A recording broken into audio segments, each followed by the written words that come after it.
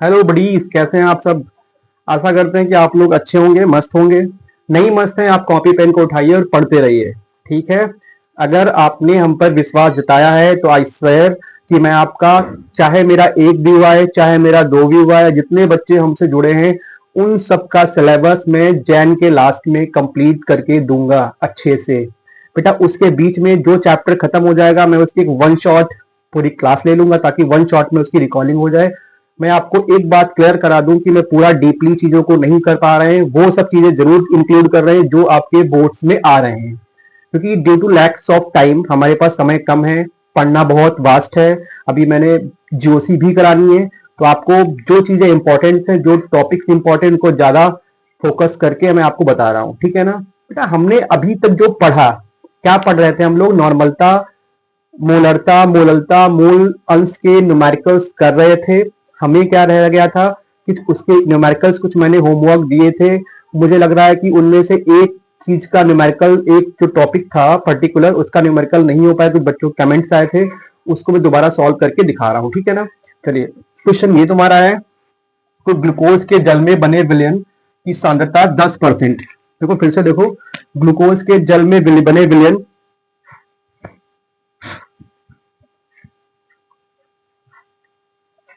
Glucose के जल में बने विलयन की सांद्रता 10% वेट बाय वेट है।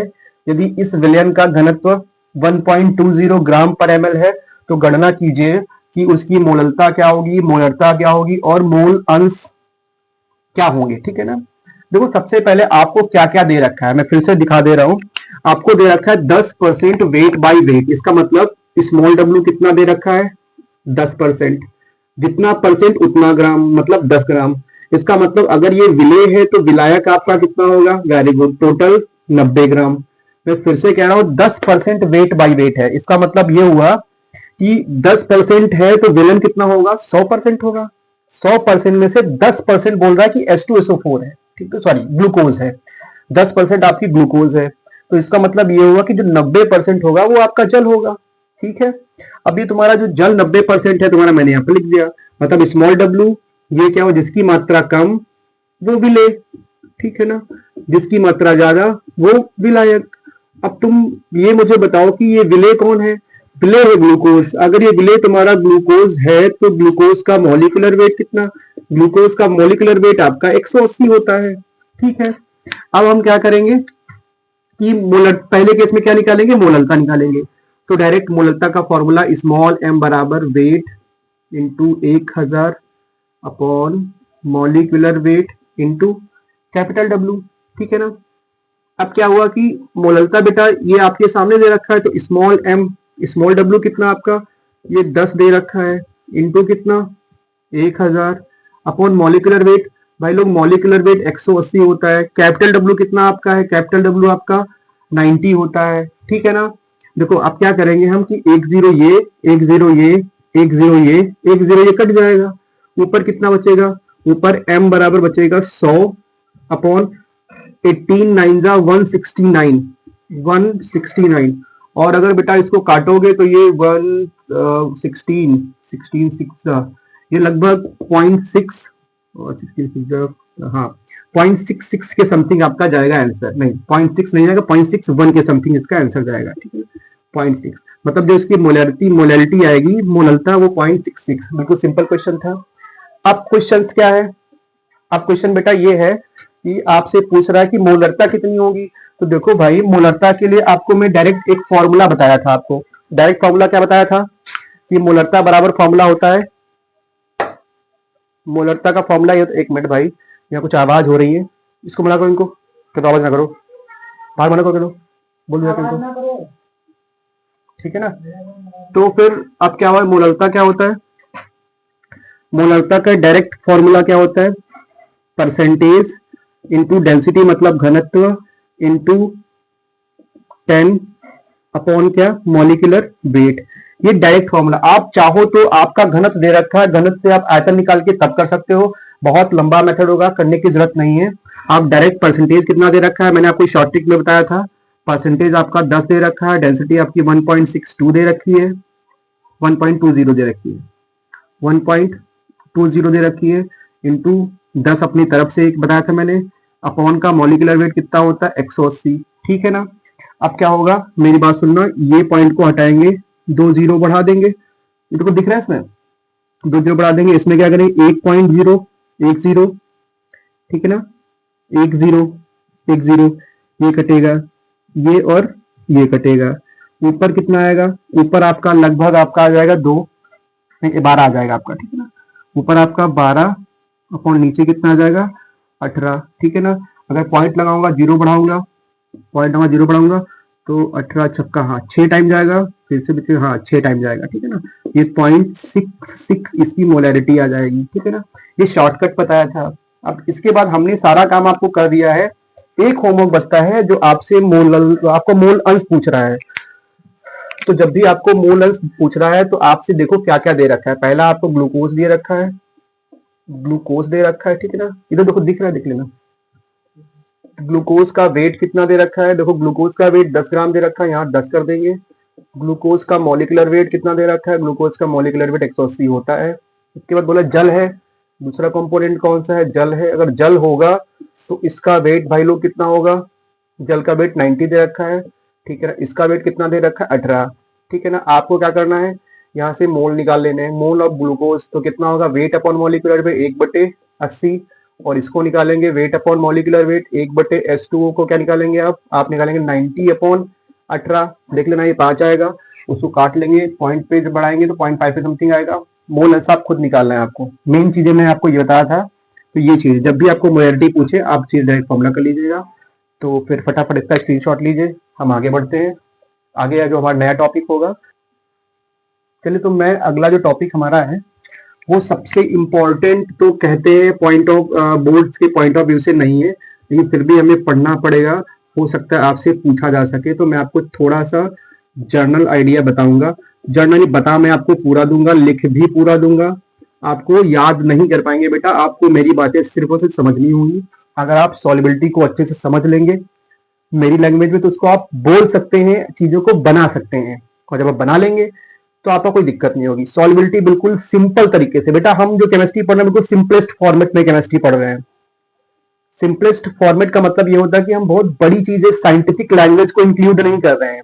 एनसीईआरटी की हर एक लाइन मैं यहाँ पर इंक्लूड कर दूंगा, और आपको करना क्या है, कमेंट बॉक्स में आप मुझे ये बताइएगा जो एनसीईआरटी के जो ग्राफ्स दे रखे हैं, ठीक है ना, अभी आइडियल सोल्यूशन के, नॉन आइडियल सोल्यूशन के जो ग्राफ है, क्या आपको ग्राफ बताना जरूरी है कि नहीं, अगर हो तो मुझे बता देंगे, अदरवाइज आपके सिलेबस में वो ग्राफ नहीं पूछ जाते हैं, ठीक है ना। चलिए हम लोग जो अगला टॉपिक स्टार्ट कर रहे हैं वो विलेयता है।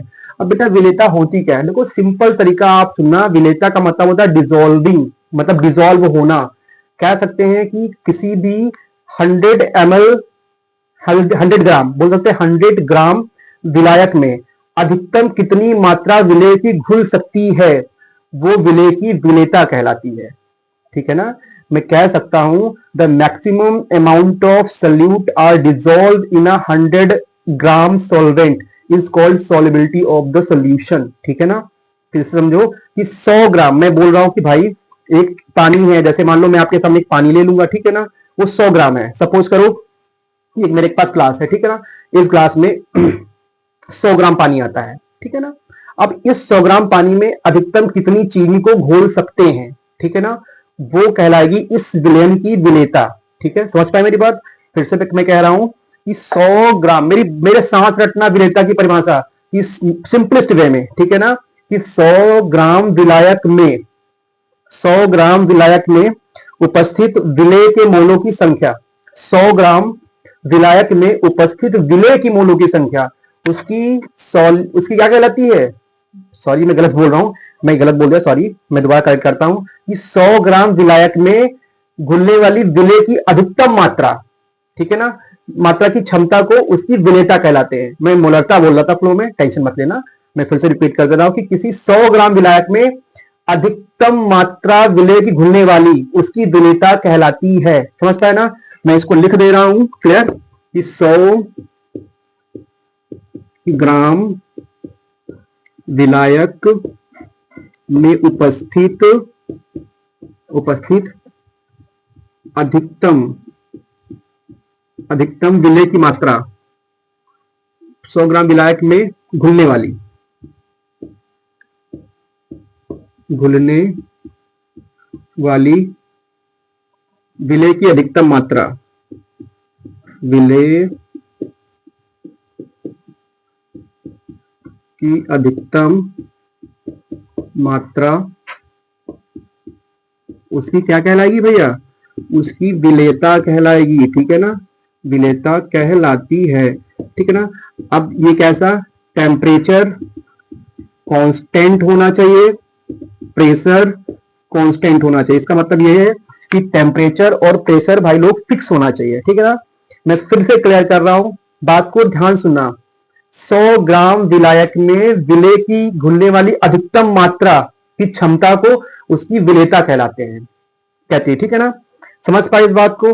अब जब हमने पूरा विलेयता पढ़ लिया है, मैंने आपको लिख भी दिया है, अब शुद्ध निम्न में विलेयता होती क्या है भाई? कुछ विलेयता कोई बहुत बड़ी तोब का नाम थोड़ी ना है। विलेयता सिंपल है, घुलनशीलता, कि किसकी घुलनशीलता कितनी अधिक है, कौन अच्छे से घुल, कितना ज्यादा घुल रहा है, उसकी विलेयता कहलाती है, ठीक है ना।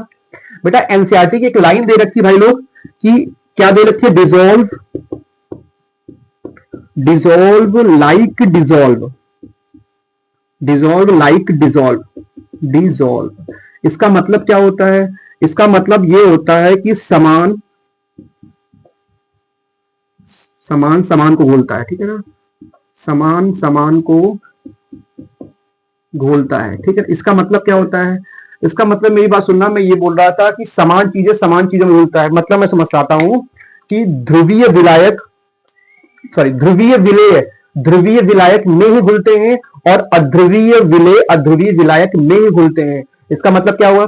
इसका मतलब यह एनसीईआरटी बोल रही, मैं नहीं बोल रहा अलग से, एनसीईआरटी की मैं लाइन रीड कर रहा हूं, मैं रीड कर रहा हूं, मैं बता रहा हूं कि नैपथलीन, एंथ्रासीन, ठीक है ना, ये सब जल में डिजोल्व नहीं होते हैं, ये जल में नहीं घुलेंगे। नैपथलीन, एंथ्रासीन जल में नहीं घुलते हैं, ठीक है ना। ये बेंजीन में घुलते हैं, CCl4 में घुल सकते हैं, लेकिन ठीक है ना, और जो और चीजें कंपोनेंट होती है वो दूसरे में नहीं घुल पाती हैं। इसका मतलब क्या हुआ? इसका मतलब यह हुआ कि अगर आपका विलेय ध्रुवीय है तो विलायक भी ध्रुवीय होना चाहिए, तभी वो घुल सकता है। ध्रुवीय विलायक ध्रुवीय विलेय में ही घुल पाते हैं, या ऐसे कह सकते हैं, मैं गलत बोल रहा हूं शायद, ध्रुवीय विलेय ध्रुवीय विलायक में घुलते हैं, ठीक है ना, और अध्रुवीय विलेय अध्रुवीय विलायक में ही घुलते हैं। क्वेश्चन ये ध्रुवीय क्या होता है? तो ध्रुवीय आपने क्लास 12th में सब्जेक्ट का नाम है फिजिक्स और चैप्टर फर्स्ट है, फर्स्ट बुक का, ठीक है ना। आपने वहां पर एक चीज पढ़ी होगी, डाइपोल, ठीक है ना, वैद्युत द्विध्रुव पढ़ा होगा। तो वैद्युत द्विध्रुव आपने क्या पढ़ा होगा कि ऐसा सिस्टम, ठीक है ना, जिसमें चार्ज का मैग्नीट्यूड समान होता है, चार्ज का परिमाण समान होता है, लेकिन उनका जो नेचर होता है, प्रकृति होती है, भिन्न भिन्न होती है। अगर ऐसा है तो वो ध्रुव कहलाएंगे, मतलब एक प्लस और एक माइनस बिल्कुल पास पास रखे हो, एक प्लस और एक माइनस बिल्कुल पास पास रखे। जैसे मान लो ये ब्लैक मार्कर है और ये मेरा ब्लू मार्कर है, तो मैंने इनको बिल्कुल पास पास में रखा, ठीक है ना, पास पास में रखा। इसका मतलब ये ब्लैक चलता है, ये कैसे चलता है? नीला चलता है, लेकिन लंबाई समान है, नाम मार्कर है, बिल्कुल पास पास, क्या कहलाती है? हाँ, ध्रुव बनते हैं। दो अलग अलग डायपोल होते हैं तो ध्रुव बन जाते हैं, क्लियर। तो बस वो चीज है, ज्यादा आपको नहीं आते। आप एक बात याद रखिए, डिजोल्व लाइक डिजोल्व, समान समान को घोलता है। ध्रुवीय विलेय ध्रुवीय विलायक में घुलते हैं और अध्रुवीय विलेय अध्रुवीय विलायक में ही घुलते हैं, ठीक है ना, ये समझ पाए। इसके बाद हम बेटा करते हैं, बताते क्या है कि किसी भी चीजों की विलेयता किन किन फैक्टर पर निर्भर करती है। ठोस की विलेयता किस पर निर्भर करती है, ठीक है ना, गैस की विलेयता किस पर निर्भर करती है। आपके सिलेबस में दो ही टॉपिक हैं, पहली विलेयता कौन सी होगी, मैं पूरा समझाने की कोशिश कर रहा हूं, फिर आप अपने आप देखो, ज्यादा मैं की पॉइंट निकाल के लेके आओ, सारी चीजें आपको नहीं बता पा रहा हूं, क्योंकि सारी चीजें आपके सिलेबस के पार्ट के बाहर भी है, ठीक है ना, तो वो सब आपकी नहीं पूछी जाएंगी। पहली चीज, अगर हम ठोस के बारे में बात करें तो सिंपल है कि ठोस पदार्थ कैसे घुलता है। तो याद रखना, अगर कोई ठोस की द्रव में विलेयता, पहला पॉइंट तो यही रहेगा, प्रकृति में ठोस की द्रव में विलेयता, ठीक है ना। दूसरा क्या होगा? दूसरा होगा गैस की द्रव में विलेयता। ये दो ही आपको याद करने हैं, क्योंकि इनके ही एप्लीकेशन आपके हेनरी लॉज में दे रखे हैं। तो जब मैं पहली बात कर रहा हूं कि ठोस की द्रव में विलेयता, बेटा मैं सिंपल कह दूं, कोई ठोस की द्रव में दो, आपको दो चीज समझनी है। पहली क्या समझनी है? पहली आपको समझनी है टेम्परेचर और दूसरी समझनी है प्रेशर। पहली क्या समझनी है? टेम्परेचर दूसरी समझनी है प्रेशर, कि किसी भी ठोस, मान लो कोई ठोस पदार्थ है, चीनी ले लेते हैं, पानी ले लेते हैं, ठीक है ना। अब क्वेश्चन ये है कि चीनी को जब हम पानी में घोलेंगे तो क्या ताप का क्या प्रभाव पड़ेगा। तो याद रखना, ऑन द इंक्रीजिंग या on the rising temperature the solubility of solid of liquid in increase या इन इनहैंस, ठीक है ना। हिंदी में बोलता हूँ, स्टाइल मारने के लिए बोल दिया यार, क्यों टेंशन ले रहे हो भाई। अब जाहिर सी बात है यार, पढ़ा रहे हैं तो फिर थोड़ी स्टाइल भी तो मारनी चाहिए ना। फिर आप किसी को बताएंगे कि मेरे सर कैसे पढ़ा रहे हैं, तो ठीक है स्टाइल मारने दो यार, थोड़ी बड़ी चलती है, थोड़ा बड़ा हम भी जी ले तो ऐसा क्या दिक्कत है। मानते हैं आपसे ढेर सारी बातें नहीं कर पा रहे, कभी करेंगे, मौका मिलेगा तो जरूर करेंगे। मौका जल्दी मिलेगा जब ऑर्गेनिक पढ़ाएंगे, तब आपको बहुत अच्छी अच्छी बातें करेंगे, फिर वहां बात करते हैं। लेकिन अभी अगर ज्यादा अपने सिलेबस से हट जाएंगे, आज मेरे शायरी बाबू ने शायरी नहीं मारी, बड़ा दुख हो रहा है, लेकिन भाई वैसे ही मत मारना प्लीज, ठीक है ना। तो मैं ये कह रहा था फिर कि ठोस की द्रव में विलेयता, हम ये कह रहे हैं अगर तापमान को बढ़ाओगे तो ठोस की द्रव में विलेयता बढ़ेगी। मैं लिख दे रहा हूं यहां पर, ये ठोस है, ठीक है ना, ठोस की विलेयता, जो विलेयता है, विलेयता, ठीक है ना, वो बढ़ती है। कब बढ़ती है? तापमान बढ़ाने से।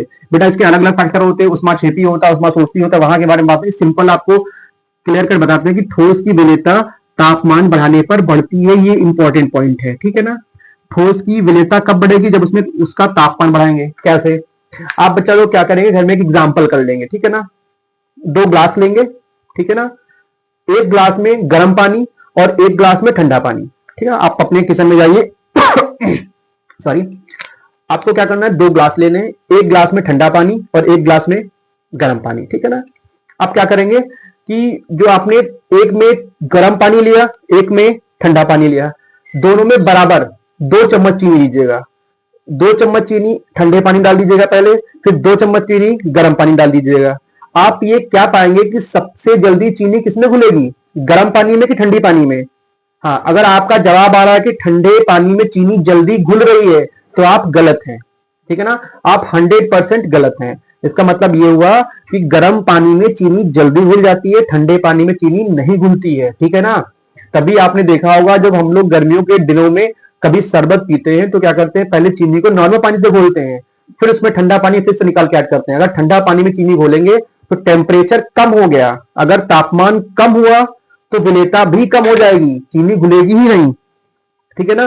और अगर तापमान बढ़ जाएगा तो विलेयता बढ़ जाएगी। इसका मतलब सिंपल एक लाइन में आपको क्या याद करके रखना है कि ठोस की द्रव में विलेयता ताप बढ़ाने पर बढ़ती है, ताप घटाने पर घटती है, ठीक है ना।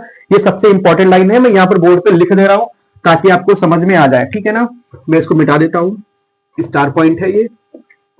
ठोस, देखो इसके एक्सेप्शन भी है, उस बात नहीं कर रहा हूं मैं, उष्माक्षेपी, उष्माशोषी, लेकिन मोस्टली याद करना ठोस की द्रव में विलेयता ताप बढ़ाने पर, मुख्यतः वर्ड लगा रहा हूं, ठीक है ना, 100% नहीं कह रहा हूं, मुख्यतः बढ़ती है, बढ़ती है, क्लियर। तो ये एग्जांपल हो गया। अब क्वेश्चन है कि प्रेशर का, अब जो ताप तो हो गया, लेकिन दाब का क्या प्रभाव पड़ेगा। मैं फिर से कह दूं, जो ठोस की द्रव में विलेयता होती है वो दाब का कोई भी प्रभाव नहीं पड़ता है, याद रखना, दाब का कोई भी प्रभाव नहीं पड़ेगा। अरे भाई सिंपल है कि आप ग्लास में चीनी घोल लो, कितना दाब लगा दो, चीनी थोड़ी घुल जाएगी उसमें, तो दाब का कोई भी प्रभाव नहीं पड़ता है। लेकिन ठोस की द्रव में विलेयता बढ़ जाती है, ठीक है ना, कब, ताप बढ़ाने पर। दाब का कोई भी प्रभाव, 2 मैजिकल लाइन करनी है। पहली बात क्वेश्चन है कि विलेयता किसे कहते हैं, क्या बोलोगे कि 100 ग्राम विलायक में विलायक में घुलने वाली अधिकतम मात्रा विलेय की, उसकी विलेयता कहलाती है। विलेयता में एक पहला पॉइंट याद रखना है, समान समान को घोलता है, ध्रुवीय विलेय विलेय ध्रुवीय विलायक में घुलते हैं, अध्रुवीय विलेय अध्रुवीय विलायक में घुलते हैं, ठीक है। अब क्या होता है कि अब क्वेश्चन है कि ये इन पर 2 चीजें मेन हमारे सिलेबस के अंदर है। एक कौन सा है, एक है ठोस की द्रव में विलेयता और एक है गैस की द्रव में विलेयता। ठोस की द्रव में विलेयता के बारे में बात करें तो ठोस की द्रव में विलेयता 2 कंपोनेंट आपको याद रखने, एक ताप का प्रभाव और एक दाब का प्रभाव। ताप बढ़ाने पर, ठीक है ना, ठोस की द्रव में विलेयता जनरली बढ़ती है, ठीक है ना, लेकिन दाब का कोई भी प्रभाव नहीं पड़ता है। No effect on pressure on the solubility of solid in liquid, ठीक है ना, समझ पाए। अगला जो आता है टॉपिक सबसे इंपॉर्टेंट है, सबसे ज्यादा क्वेश्चंस वहीं से डायरेक्ट होते हैं। तो फटाफट मैं थोड़ी देर के लिए स्क्रीन को पॉज कर रहा हूं ताकि वो फैक्टर लिखूं, फिर आपको मैं समझा पाऊं, ठीक है ना। 1 मिनट का मुझे टाइम दीजिए, मैं लिख रहा हूं फटाफट। चलिए भाई लोग, तो अब हम बात करते हैं हेनरी का नियम क्या होता है, ठीक है ना। बेटा हेनरी का सिंपल नियम जो हमारा एप्लीकेबल है वो ये बताता है कि गैस की विलेयता द्रव में, ठीक है ना, किन किन फैक्टर्स पर निर्भर करती है, मोस्टली उसके बारे में बताता है। तो हेनरी का नियम क्या बोलता है कि स्थिर ताप पर किसी भी द्रव की विलेयता या किसी भी गैस की द्रव में विलेयता उस द्रव पर पड़ने वाले आंशिक दाब के समानुपाती होती है। मैं फिर से दिखा रहा हूं बेटा, इसको मैंने स्लाइड में लिख दिया ताकि समझ में आपको आ जाए, पहले से टाइम कम बर्बाद हो मेरा। देखो सबसे पहले गैस की द्रव में विलेयता, ताप का क्या प्रभाव, मैंने बताया था कि दाब का क्या प्रभाव होना चाहिए। ये देखो पहले ध्यान से, हमने बोला लास्ट चैप्टर ने बोला है कि ताप बढ़ाने पर गैस की विलेयता कम हो जाती है। मैं फिर से बता रहा हूं कि अगर गैस है, ठीक है ना, गैस में ताप को बढ़ाओगे तो विलेयता कम हो जाएगी, क्योंकि वो बॉयल होगी तो गैस ऊपर निकल जाएगी तो विलेयता कम। ताप बढ़ाओगे तो विलेयता गैस की कम होगी, लेकिन ठोस में बढ़ रही थी। दोनों में इंपॉर्टेंट चीज कि ठोस की द्रव में विलेयता ताप बढ़ाने पर बढ़ती है, ठीक है ना, लेकिन गैस की द्रव में विलेयता ताप बढ़ाने पर घटती है, ठीक है ना। प्रेशर का उल्टा हो जाएगा, प्रेशर का ठोस की द्रव में तो कोई प्रभाव नहीं पड़ रहा था, लेकिन गैस की द्रव में विलेयता पर एक प्रभाव पड़ेगा, ठीक है ना। और वो क्या प्रभाव, दाब बढ़ाने पर गैस की द्रव में विलेयता बढ़ती है। दाब बढ़ाने पर गैस की द्रव में विलेयता बढ़ती है। इस बात के रिलेशन को बताने के लिए एक साइंटिस्ट होते जिनका नाम होता है हेनरी, ठीक है ना। हेनरी क्या बताते हैं, गैस की द्रव में विलेयता पर दाब का प्रभाव क्या पड़ता है उसके बारे में बताते हैं, ठीक है ना। तो सिंपल उन्होंने क्या बताया, उन्होंने बताया कि किसी भी विलेन पर पड़ने वाले आंशिक दाब, किसी भी विलेन की सतह पर पड़ने वाले जो आंशिक दाब होता है, ठीक है ना, वो गैस की द्रव में विलेयता के समानुपाती होता है, ठीक है ना। क्या बता रहा, देखो ध्यान से, इधर से देखो, स्थिर ताप पर किसी गैस की द्रव में विलेयता विलेन की सतह पर पड़ने वाले आंशिक दाब के समानुपाती। हम लोग इसको यहां से समझेंगे, ठीक है ना। देखो ये समझ के आ रहे हैं, देखो यहां पर ये क्या है, ये दाब है। दाब कौन सा, आंशिक। आंशिक का मतलब सिंपल समझो कि जैसे मान लो कि एक इंसान है, उस पर 10 लोग धक्का लगा रहे हैं, किसी भी चीज पर 10 लोग धक्का लगा रहे हैं, तो उनमें से एक इंसान कितनी ताकत लगा रहा है, वो उसका आंशिक ताकत होगी, ठीक है ना।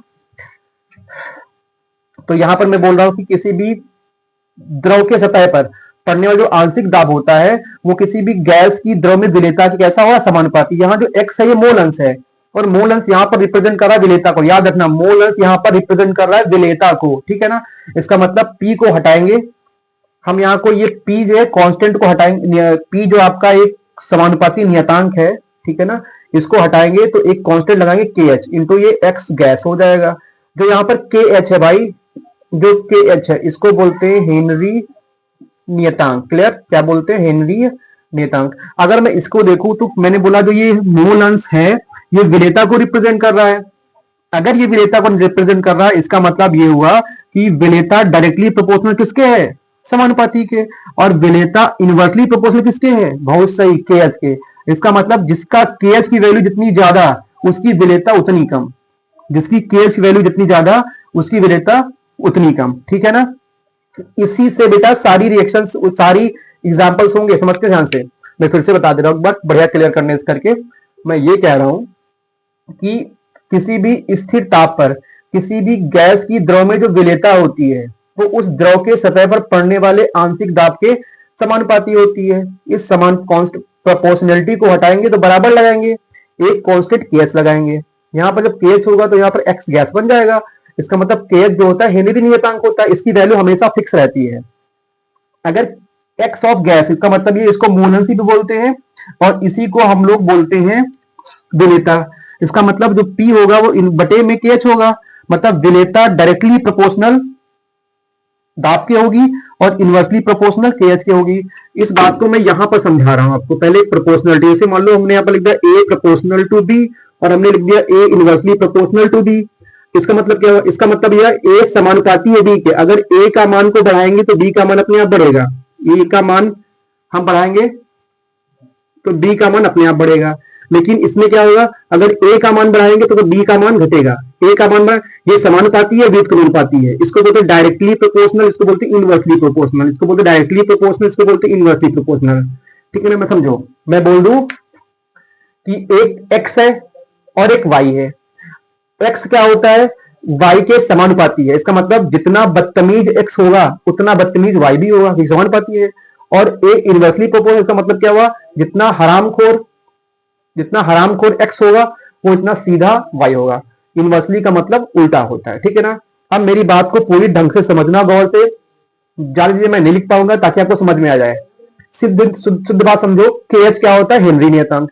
मैं फिर से बोलूं, जिसकी के एच जितनी ज्यादा, जिसका हेनरी नियतांक जितना ज्यादा, उसकी उस गैस की विलेयता उतनी कम होती है, ठीक है ना। यहां से देखो, इसका मतलब के एच ज्यादा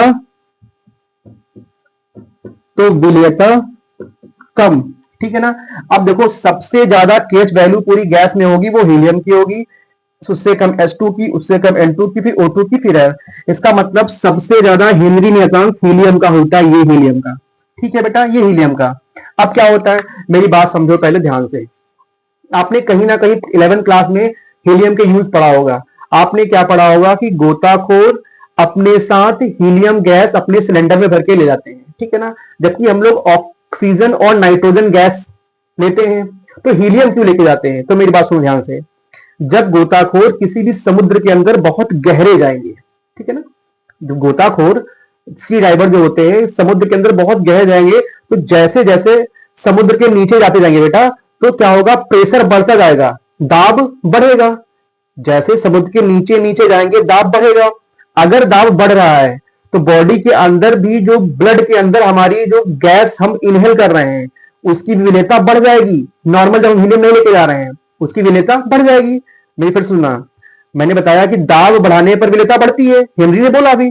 तो अगर हम समुद्र के नीचे जैसे जैसे जाएंगे तो समुद्री प्रेशर बढ़ेगा, दाब बढ़ेगा। दाब बढ़ेगा तो हमारे बॉडी के अंदर जो गैस की विलेयता होती है वो बढ़ जाएगी। जो ऑक्सीजन नाइट्रोजन गैस हमारे ब्लड में होता है वो बढ़ जाएगी।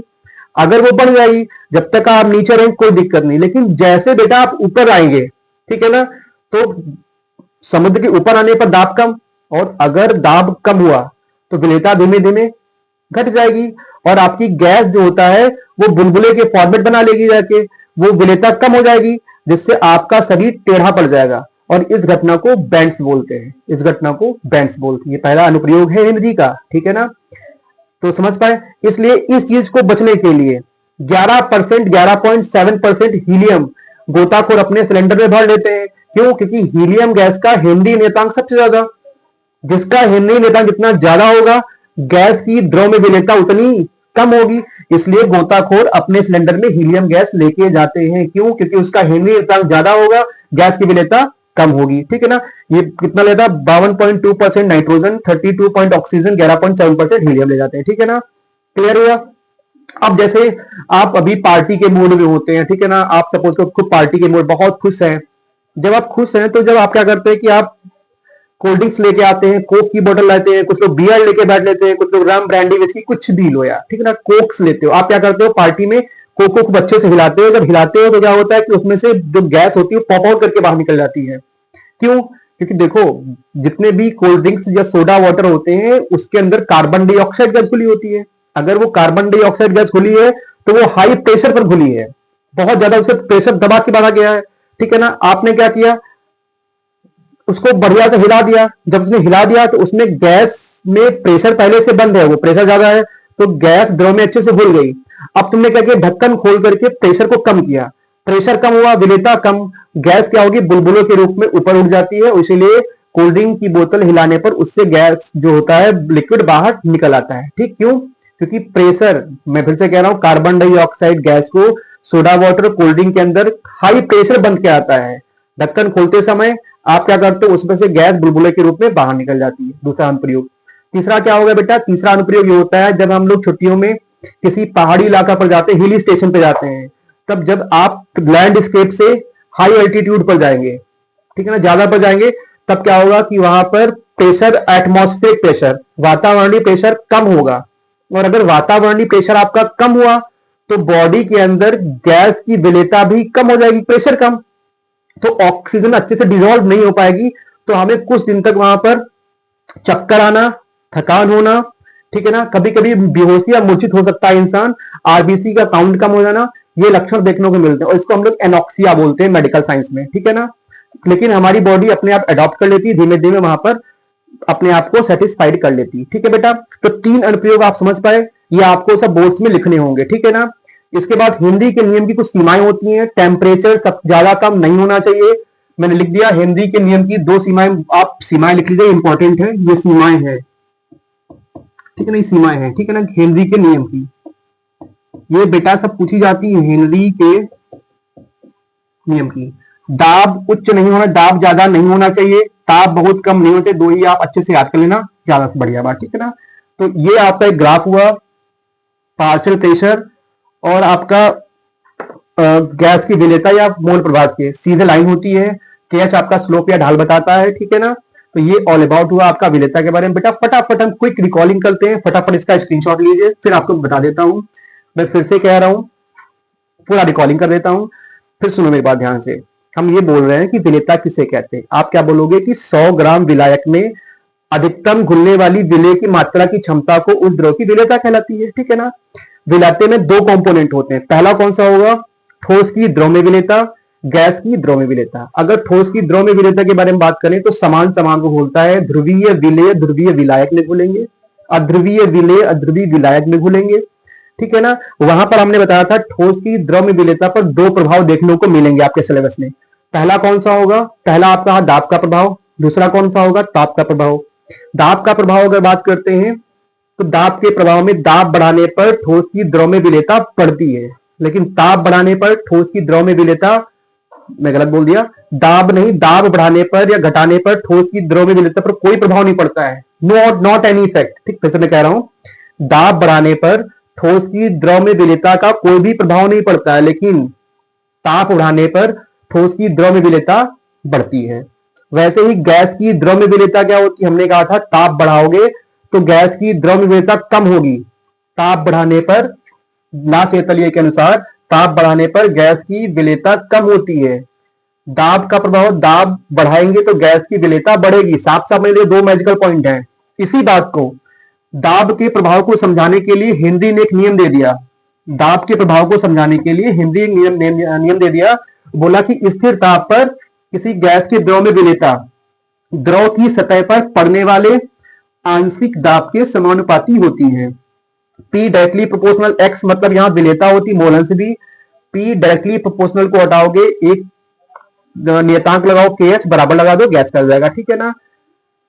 पूरी केमिस्ट्री में जो गैस होती है ना, उसकी हेनरी कांस्टेंट सबसे ज्यादा होती है, जिसका हेनरी नियतांक जितना ज्यादा होगा उसकी विलेयता उतनी कम होगी। हीलियम गैस की हेनरी कांस्टेंट सबसे ज्यादा था, इसलिए उसकी विलेयता सबसे कम होती है। कौन कौन से अनुप्रयोग हुए, जब आप सोडा वाटर कोल्ड ड्रिंक्स को खोलते हैं तो कार्बन डाइऑक्साइड गैस उसमें घुली रहती है, ठीक है ना। जब उसकी ढक्कन को आप खोलते हैं तो उसका प्रेशर कम होता है, अगर उसका प्रेशर कम हुआ तो गैस पॉप आउट करने के रूप में बाहर निकल जाएगी।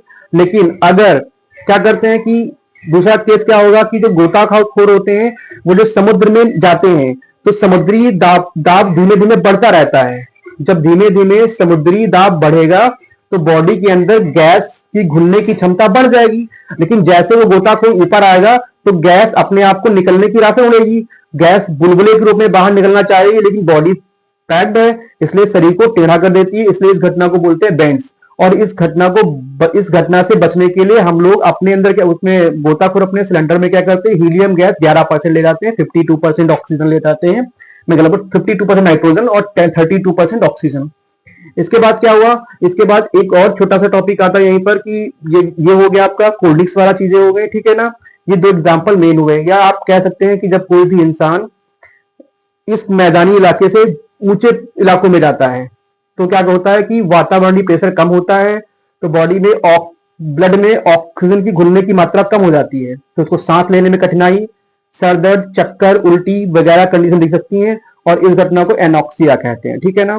कौन सी 2 नियम की सीमाएं हैं, दाब उच्च नहीं होना चाहिए, ताप उच्च नहीं होना चाहिए। बेटा ये सारा मैंने थ्योरी वाला पोर्शन कवर किया विलेयता के बारे में, कैसा लगा आप कमेंट करके बताइएगा। बेटा पूरा वीडियो आप देखिए बिना स्किप किए, आपके पास you have not any enough time, ठीक है ना। आपके साथ मैं लगा हूं, चाहे जितने भी हुआ है मैटर नहीं करता है, एक बच्चा पढ़ेगा मैं एक बच्चे को पढ़ाऊंगा, ठीक है ना। कल से बेटा सबसे इंपॉर्टेंट टॉपिक यहां से स्टार्ट होगा हमारा अणु संख्या 2 गुणधर्म। 2 से 3 दिन का लेक्चर रह गया है, उसके बाद ये चैप्टर खत्म होता है, वन शॉट चालू कर देंगे इसके लिए। ठीक है, तब तक के लिए अगर समझ में आया तो भाई कमेंट में थोड़ा 2 वर्ड लिख दिया करो, ठीक है ना, ताकि मैं समझूं कि आपको चीजें समझ में आ रही हैं। मिलते हैं अपने अगले लेक्चर में, तब तक के लिए tata bye bye, okay, thank you, best of luck.